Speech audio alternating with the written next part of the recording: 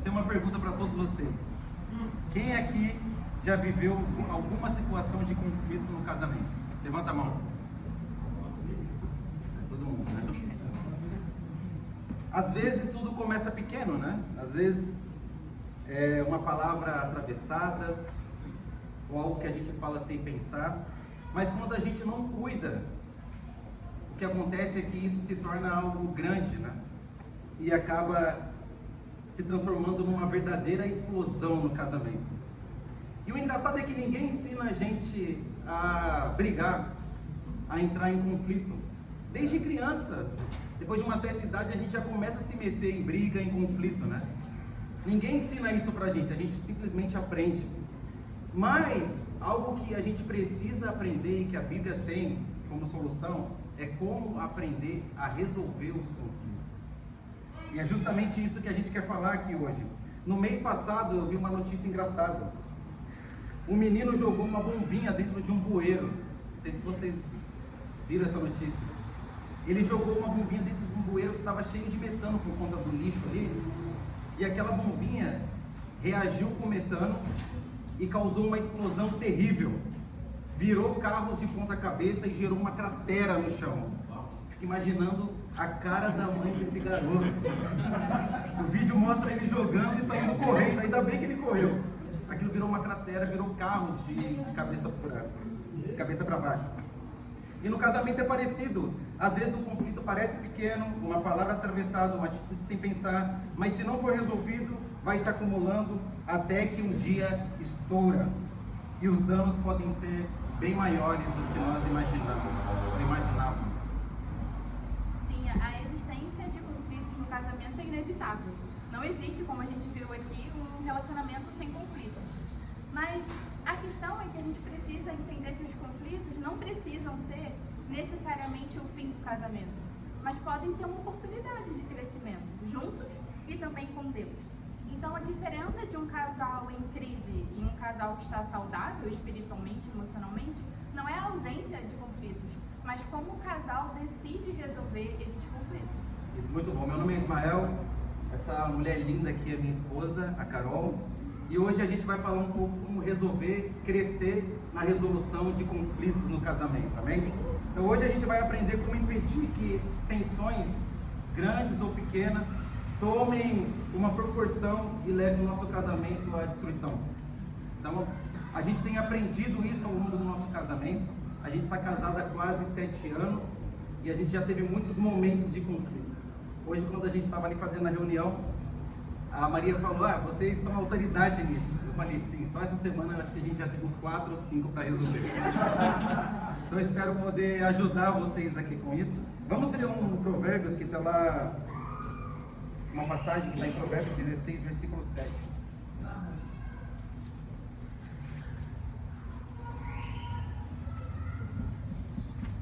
Provérbios 16, versículo 7 diz o seguinte: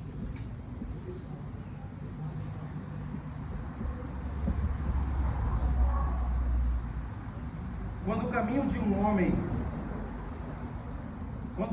de um homem são agradáveis ao Senhor, ele faz que até os seus inimigos vivam em paz com eles. Então eu quis ler esse provérbio para a gente entender por onde tudo deve começar. Então, para começar, é importante dizer que um casamento em crise, antes de tudo, é um casamento desalinhado com a palavra de Deus. Porque olha o que fala aqui diz: se a gente vive de maneira que agrada a Deus, Ele faz que até os nossos inimigos vivam em paz conosco. E se esse é o poder de você andar alinhado com a palavra de Deus, que os seus inimigos vivam em paz com você, quanto mais o seu cônjuge, que não é o seu inimigo, embora às vezes a gente tenha esse pensamento enganoso. Não é o seu inimigo, não é o seu adversário, não é o seu oponente. No casamento pode haver momentos de inimizades, mas isso não significa que haja inimigos. Na verdade, o inimigo é outro, né? Sim. E falando um pouco de mim, e talvez algumas de vocês, mulheres, podem se conectar, no momento da briga, e às vezes um pouco depois da briga, eu olho para o Ismael com um olhar de como se ele fosse meu inimigo, alguém que eu devo rivalizar, ou mostrar que eu estou certa, e querer que minha vontade prevaleça. E eu tenho tentado lidar compromisso junto a Deus. E sempre que eu olho para a Bíblia, não tem como eu fugir do que Deus me ordena, que é resolver o conflito de forma espiritual.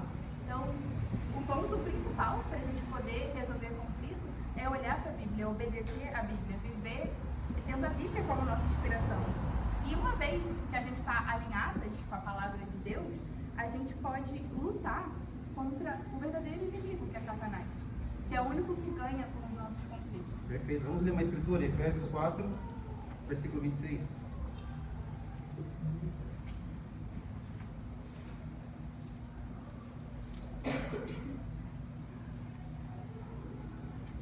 Versículo 26 até o 27. Diz assim: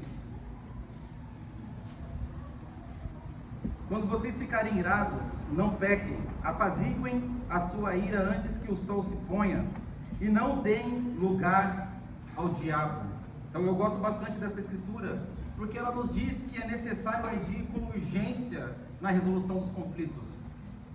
É ser urgente mesmo, porque para que Satanás, que é o verdadeiro inimigo, não encontre espaço no nosso casamento.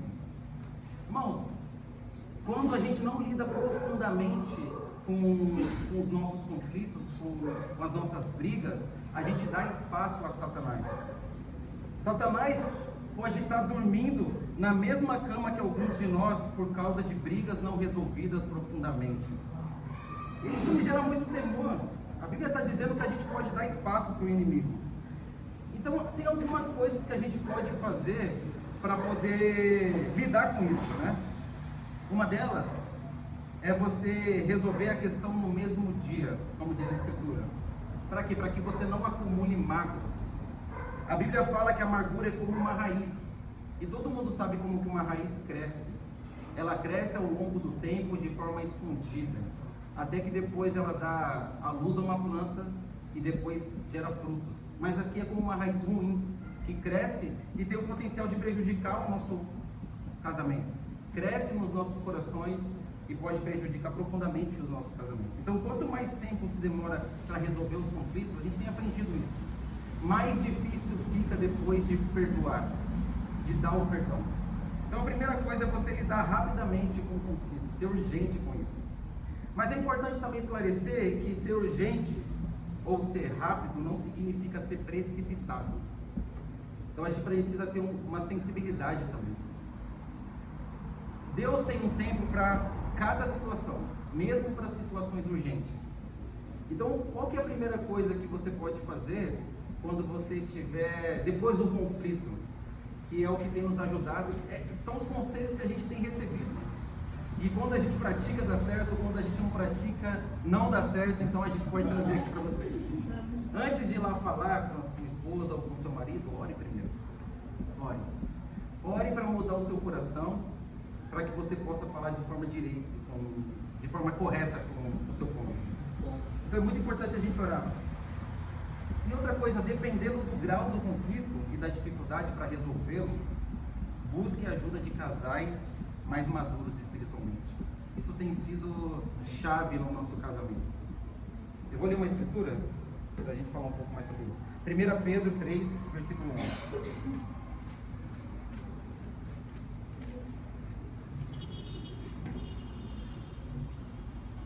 1 Pedro 3,11 diz o seguinte: afaste-te do mal e faça o bem, busque a paz com perseverança. Até aqui, só isso. Sim, essa escritura é bem interessante, porque a gente vê que além da urgência para lidar com conflitos, como ele falou, nós precisamos ter duas atitudes e duas disposições no nosso coração para resolver os problemas do casamento. Então, afastar do mal. Então, tudo que se opõe a Deus é mal. Então, a gente tem que se afastar do mal. E 2, buscar a paz com perseverança. Então, não é só buscar a paz naquele primeiro momento. Eu tentei falar, a pessoa não está aberta, desisto, agora eu também não quero mais resolver. Buscar a paz com perseverança significa você persistir buscando a paz. E tendo essas duas disposições, esses dois quereres no nosso coração, a gente tem chaves importantes para resolver os problemas, os conflitos de forma espiritual. Perfeito. E falando um pouco sobre nós, eu e Carol, a gente já enfrentou e continua enfrentando o desafio de resolver os conflitos. no início do nosso casamento a gente teve muitos conflitos, justamente por conta das diferenças.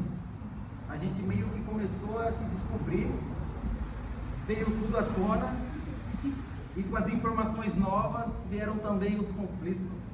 E foi muito difícil, foi um momento bastante delicado do nosso casamento, em que a gente precisou aprender a se submeter a Deus, a confiar em Deus para permanecer junto.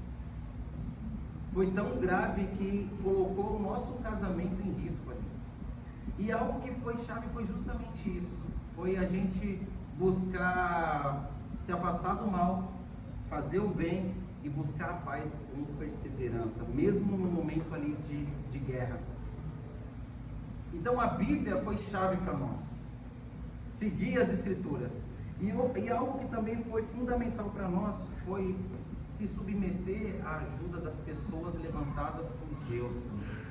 Então nós tivemos muita ajuda de outros casais. A gente tem recebido muita ajuda nesses últimos anos de Renato e de Maria também, tem nos dado conselhos, identificado coisas no nosso coração que a gente não consegue ver. Então, se submeter às Escrituras e às pessoas que Deus levanta também é chave para a gente poder se afastar do mal, ir para o bem e buscar a paz com perseverança. E eu quero falar de alguns direcionamentos práticos bem rápidos que vocês podem usar na hora que surgir um conflito.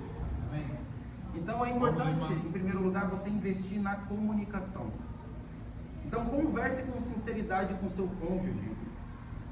Se há algum assunto mal resolvido entre vocês, reserve um tempo para falar com calma e sem acusações. Isso é muito importante. Então invista na comunicação. Pratique a escuta ativa, que isso também faz parte da comunicação. O problema comum é a gente associar a comunicação apenas à fala e esquecer da escuta. Mas escuta é extremamente importante na comunicação. É uma das partes da comunicação. Em Tiago 1,19 diz: sejam todos prontos para ouvir. Então a Bíblia pede prontidão para ouvir e fala para você ser tardio para falar. Então ouça seu cônjuge com o coração aberto, sem interromper ele. Eu acho que principalmente no momento de conflito, a gente precisa se lembrar disso, trazer a memória e praticar. 2, perdão. A gente tem que ter em mente que o ato de perdoar é uma decisão. A gente não pode esperar a vontade vir, porque ela não vai vir. E, mulheres, a gente luta muito, a nossa tendência feminina é lutar com a amargura. O Caí está entregue à amargura. Só que a amargura nos afasta de Deus e também do nosso marido. E se a gente não perdoar, a gente também não vai ser perdoado. Então isso tem que ser levado a sério para uma mulher cristã. Perfeita oração. Terceira coisa, a gente precisa levar os nossos conflitos para Deus, ou nós viveremos à mercê dos nossos sentimentos. Se a gente não leva para Deus, a gente fica à mercê da raiva, à mercê da amargura, à mercê da frustração.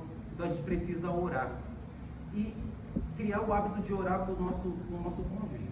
Então esse é um conselho que a gente tem recebido desde sempre, e principalmente depois do conflito, não termina a conversa sem orar antes.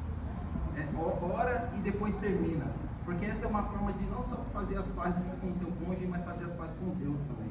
Isso é extremamente importante.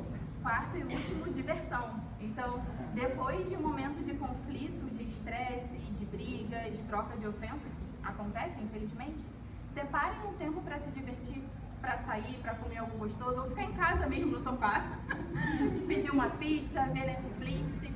Enfim, dedique um tempo para se divertir com o seu parceiro. Perfeito.